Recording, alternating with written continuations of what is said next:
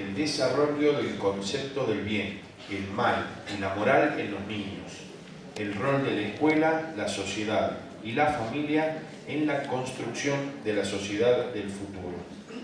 Y es un trabajo de la licenciada Florencia Salvareza, directora del Instituto de Neurociencias y Educación, INE, de la Fundación INECO.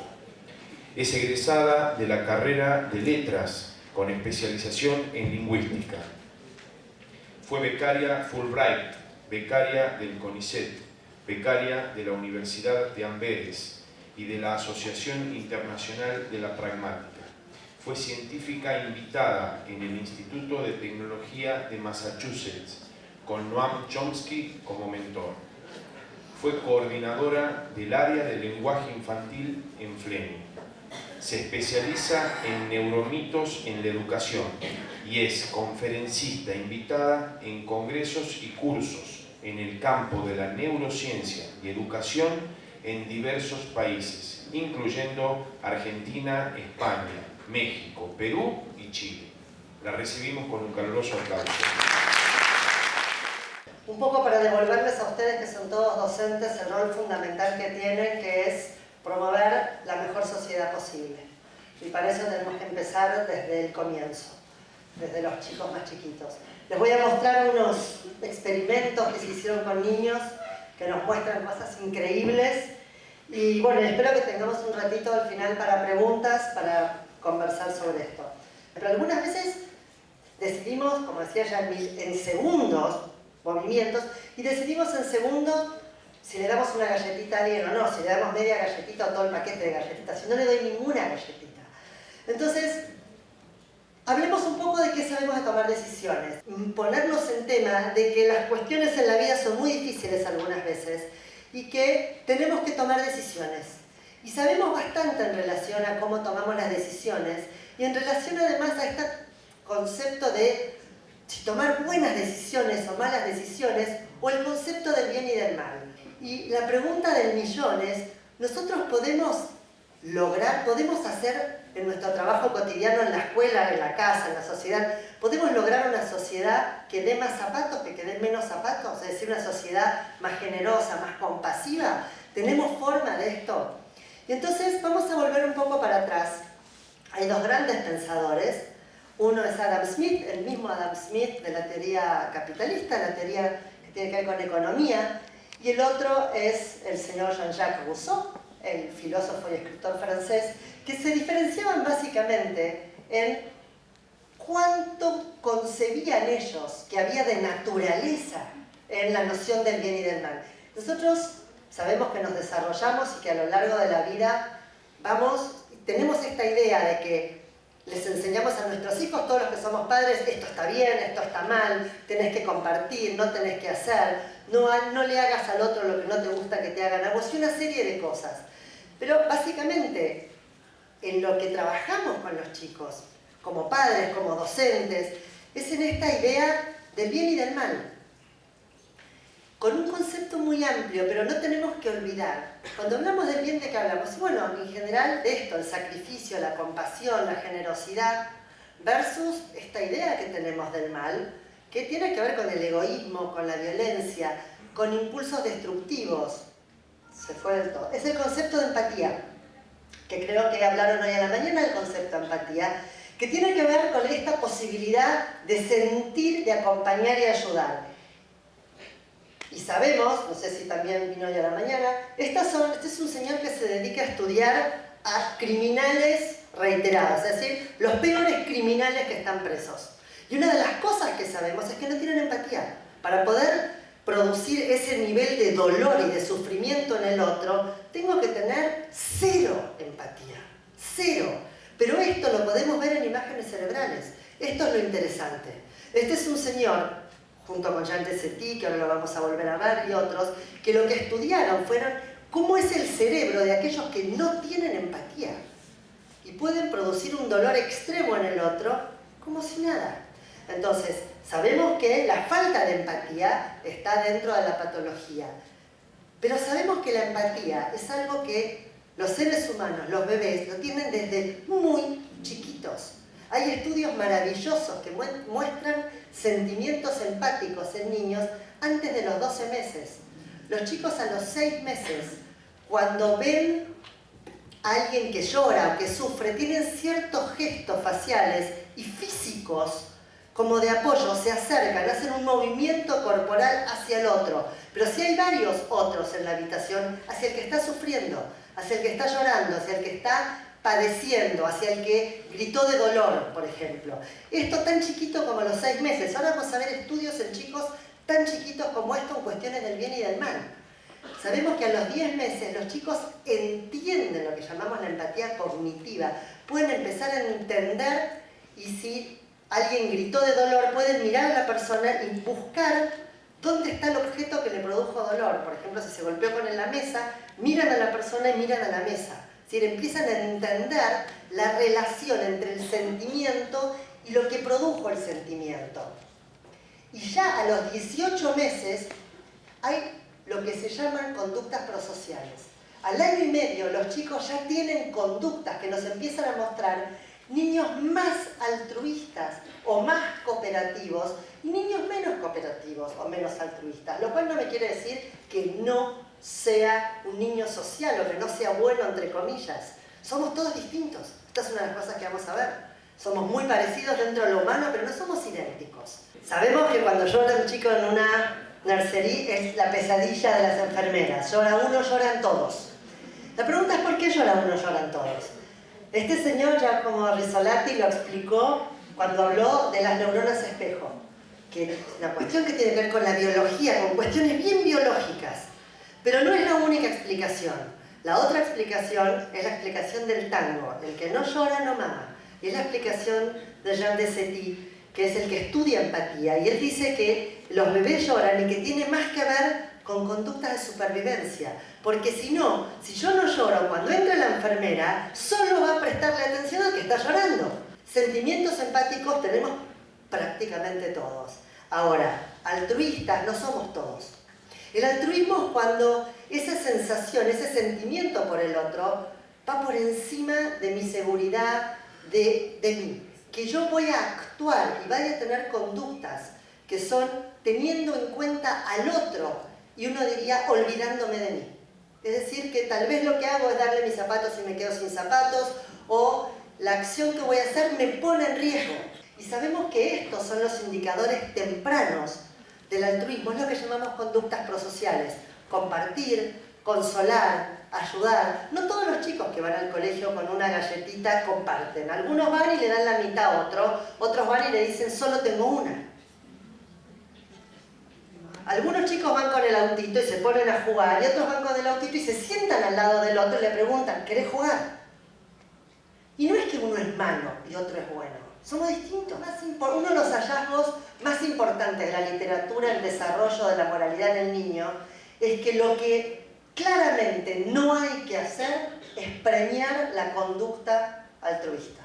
Cuando un papá le dice a un chico, vamos a llevar los juguetes a donar al hospital y yo después te compro otro, eso no.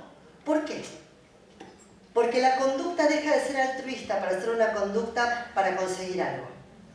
Cuando yo premio una conducta solidaria, compasiva, altruista, lo que estoy haciendo es reconvertirla en una conducta, yo podría ponerle egoísta, pero no es el término, pero es sobre sí mismo, cuando el altruismo es exactamente al revés.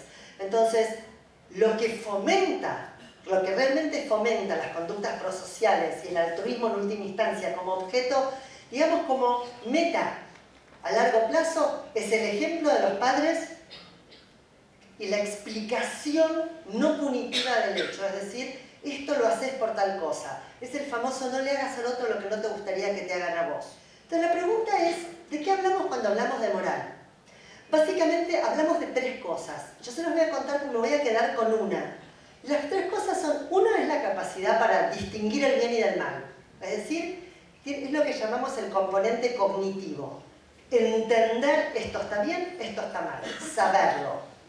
Otra cosa muy distinta es lo que llamamos cómo actúo en relación, es decir, el componente conductual. Yo puedo saber que está mal, pero no es igual.